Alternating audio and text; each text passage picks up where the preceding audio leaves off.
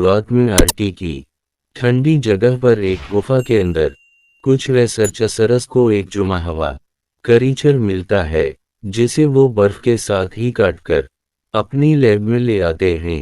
यहाँ रिसर्चर्स को पता चलता है कि ये 40,000 पुराना करतरे यहाँ पर स्टेनले नाम के एक इंटरव्यूअर को बुलाया जाता है। इंटरपोलोजिस्ट इन्हें कहा जाता है जो पुराने जीवन और नए जीवन के ऊपर रिसर्च करते और अब जल्द यहाँ पर सबको पता चलता है कि बर्फ के इस टुकड़े के अंदर जो क्रीचर है दरअसल वो एक इंसान है जो पिछले 40,000 सालों से बर्फ में जुमा हुआ है। इस उनका सबके सब बहुत आश्चर्य हो जाते हैं क्योंकि ये एक बहुत बड़ी खोज है। ये तय करते हैं कि ये आसमीन की बॉडी के टुकड़े करके अलग अलग लैब में भेजेंगी ताकि इस पर ज़्यादा से ज़्यादा रिसर्च हो सके। जल्द ही ये बर्फ को पगला कर यक्के मन को बाहर निकाल लेते हैं जिसके बाद ये इसकी बॉडी को चेक करते हैं। इन्हें पता चलता है कि इसकी बॉडी के सेल्स जो कहते हैं वो सब के सब एक्टिव हैं, साथ ही इसका ब्रेन भी पूरी तरह से ठीक है। अब ये उसे रोवे करना चाहते हैं, उसी लिए इसकी हार्ट पर अलीकटरक शाक देते हैं और जल्द ही आहिस में जिंदा हो जाता है। लेकिन आहिस में जब अपने चारों तरफ सभी को मासकस के साथ देखता है तो वो डर जाता है।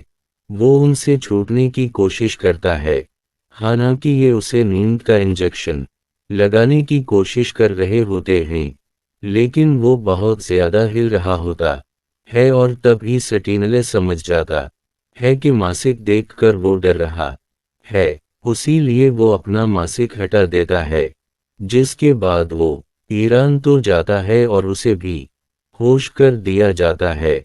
यहाँ पर जितने भी साइंटिस्ट्स हैं वो सब के सब बहुत खुश हैं क्योंकि ये एक बहुत बड़ी खोज है।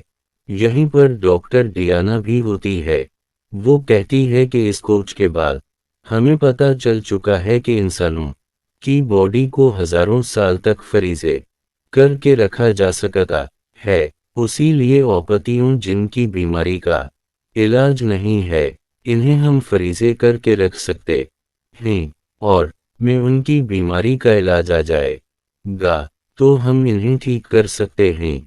ये साइंस की मेडिकल की दुनिया में एक चमकारी आविष्कार होगा और ऐसा करने के लिए इन्हें उसमें उनके ऊपर एक्सपेरिमेंट करने होंगे, रिसर्च करना होगा। इसके दाल नूनलिफ को समझना होगा कि कैसे वो 40,000 सालों तक फ्रीजिंग टेम्परेचर में भी जिंदा रह सका।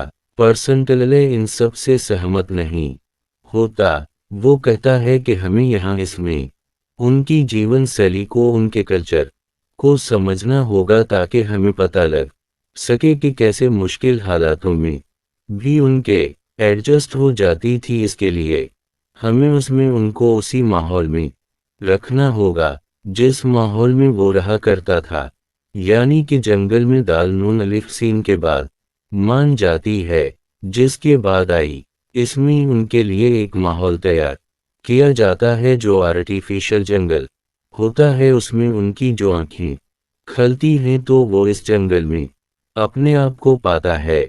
इसके बाद वो उसी तरह से शिकार करता है जिस तरह से आज से 40,000 साल पहले वो अपने कबीले के साथ किया करता था। उसमें अपने पराकृतिक माहौल में आकर बहुत खुश है। अगले दिन झरने में नहाने के बाद वो मछलियां पकड़ने के लिए जाता है, जहां पर उसे एक पाइप देखता है।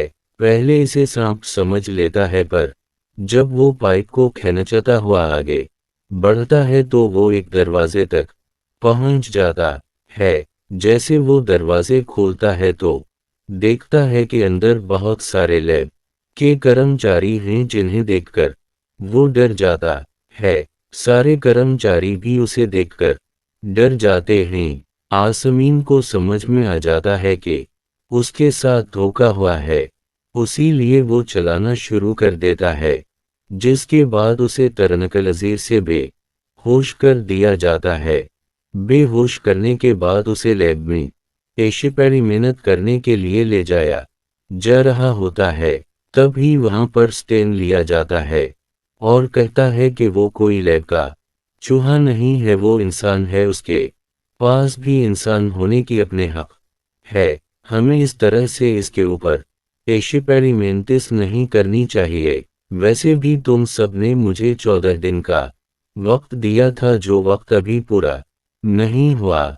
इसके बाद आई इसमें उनको एक बार फिर से उसी के आर्टिफिशियल जंगल में भेज दिया जाता है। सटिनले आप तय करता है कि वो खुद इस जंगल में जाएगा ताकि वो इस मन के साथ रह सके और जान सके कि इसकी जीवन शैली कैसी थी, कैसे पुराने लोग इतने ज्यादा ताकतवर थे, ऐसे वो आपकी गर्मी को और शरीर को जुमा देने वाली ठंड को बर्दाश्त कर लिया करते थे। अगले दिन वो आसमीन के पास जाता है। आसमीन इसके ऊपर हमला कर देता है, पर आसमीन देखता है कि वो उसी की तरह है, उसीलिए वो उसे छोड़ देता है, क्योंकि इसमें उनको बिल्कुल भी खतरनाक नहीं लगता। इसके बाद आसमान असटिनले से कॉमनकाते करने की कोशिश करता है, लेकिन आइसमीन की भाषा पूरी तरह से अलग होती है, जिससे असटिनले समझ नहीं पाता और इशारों से ये एक दूसरे को बहुत सारी बातें समझाते हैं। साथ ही यहाँ पर एक लैंग्वेज एक्सपर्ट को भी लाया जाता है जो कि आइसमीन की भाषा को, उसके इशारों को समझ सके। दरअसल इस एक्सपर्ट को बहुत सारी पुरानी भाषाओं का है, वही असटिनले और असमीन की धीरे धीरे बॉन्डिंग बहुत अच्छी हो जाती है। एक रात कोई दोनों एक साथ गाना भी गाते, पर यहाँ पर जितने भी साइंटिस्ट हैं वो किसी भी कीमत पर जानना चाहते हैं कि आए इसमें उन 40,000 सालों तक फ्रीजिंग टेम्परेचर में बर्फ के अंदर जिंदा कैसे रहा। उसी लिए बेहोश करके वो उसे लैब के अंदर लाते हैं, जहां उसे एक चैम्बर में डाला जाता है और चैम्बर का टेम्परेचर धीरे धीरे कम किया जाता है। पर जैसे जैसे टेम्परेचर कम होता है, उनकी हार्ट रेट भी कम होना शुरू हो जाती है और एक पल ऐसा आता है जब उसकी हार्ट रेट ऑलमोस्ट रुक जाती है, पर उससे पहले कि उसकी मरती होती। ये इस मशीन को वफ़ कर देते हैं। इस बार यक्के में उनकी जान जाते जाते बच जाती है। आसमीन को उसी आर्टिफिशियल जंगल में छोड़ दिया जाता है और जब उसके पास टेनले जाता है, कहता है कि तुम्हारे साथ ही मेरे ऊपर अत्याचार करते हैं, इससे तो अच्छा है कि तुम मुझे मार दो। पर सटिनले ऐसा नहीं करना चाहता। कदवाओ दाल नून अलिफ के पास जाता और कहता है कि मैं चाहता हूं कि तुम उनसे मिलो। हालात की शुरू में वो डर रही होती है, लेकिन इसके कहने पर वो वाइसमीन से अगले दिन मिलने के लिए चली जाती है। यकसमन इसे देखकर बहुत खुश होता है। वो दाल नून अलिफ के करीब जाने की कोशिश करता है, लेकिन सटिनले उसे समझा देता है कि दिएना मेरी गर्ल फ्रेंड है। और अब 22 में लकड़ी से जमीन पर एक बख्शी का चतर गिराव करता है, और वैसे ही पगशी का टीपू उसकी चीसट पर भी होता है। अगले दिन एक बार फिर से दाल अलिफ नून अलिफ और स्टेन लीवस से मिलने के लिए आते हैं, और आज वो बहुत खुश होता है। वो जमीन पर लकड़ी से एक बार फिर से एक लड़की का और 2 बच्चों का चित्र बनाता है, जिससे समझ जाते हैं कि ये इसका परिवार था। और तभी आसमान में ऊपर हेलीकॉप्टर आ जाता है, जिसकी परछाई को वो ऊपर लगे हुए शेड से देख सकता है। ये देखकर वो बहुत ज्यादा आश्चर्यचकित हो जाता है, ऊपर की तरफ भाग रहा होता है। इसका जूस देखकर ये दोनों हैरान होते हैं और इसमें इन बार बार अपना हाथ उठाकर एक ही शब्द बोल रहा होता है, जो है। इसे देखकर ऐसा लगता है कि जैसे वो किसी की प्रार्थना कर रहे हैं। सटिनले यहाँ से हेलीकॉप्टर को जाने की कमांड देता है।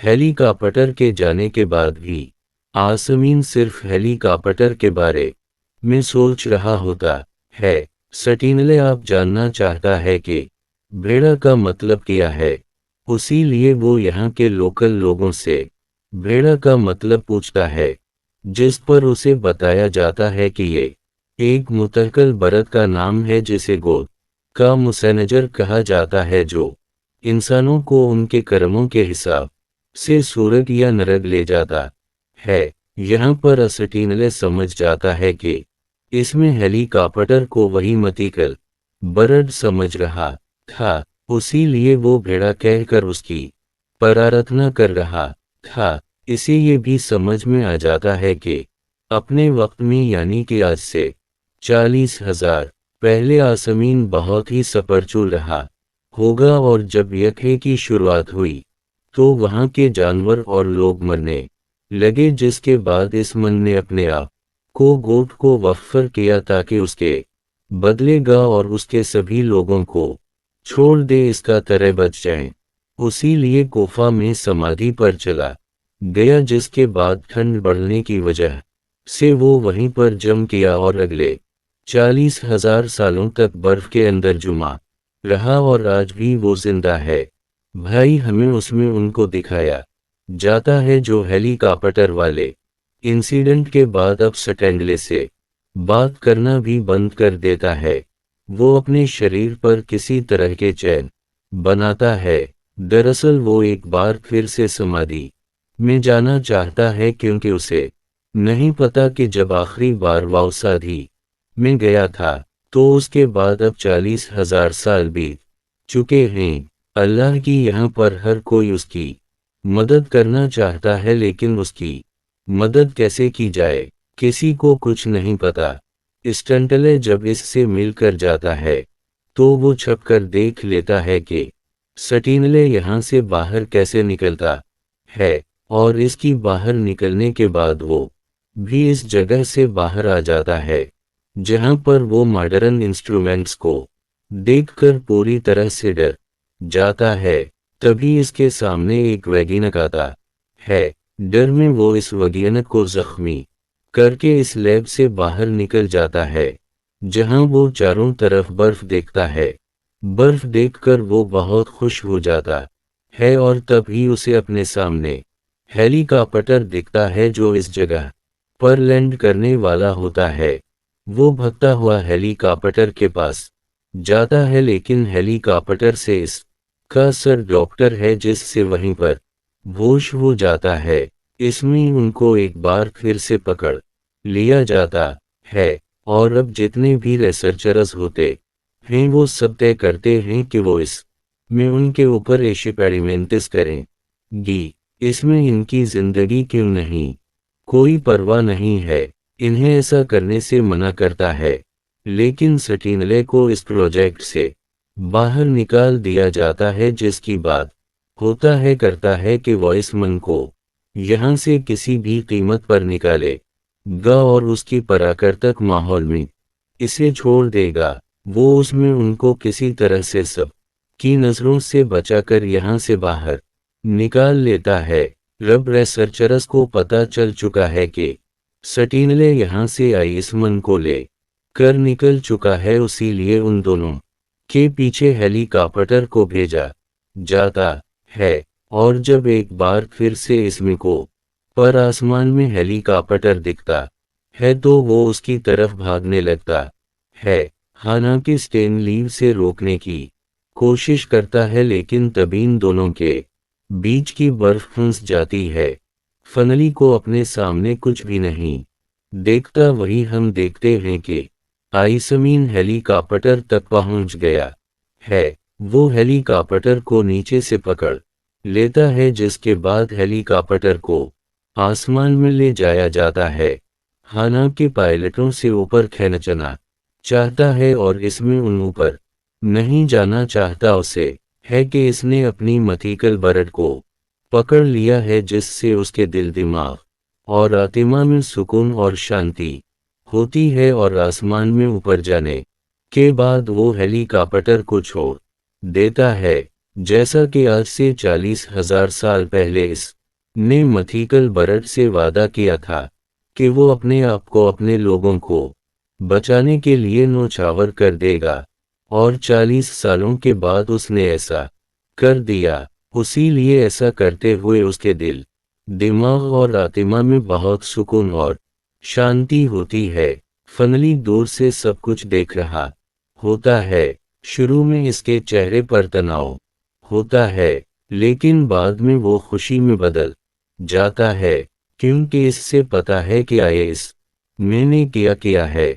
40,000 साल पहले जो इसने सफ़र शुरू किया था, आज वो ख़त्म हो गया। भले ही इसकी मृत्यु हो गई है, लेकिन इसमें ने अपनी मंजिल पाल ली। उसने वो कर लिया जो करना चाहता था, और उसी के साथ ये फिल्म, ये कहानी यहीं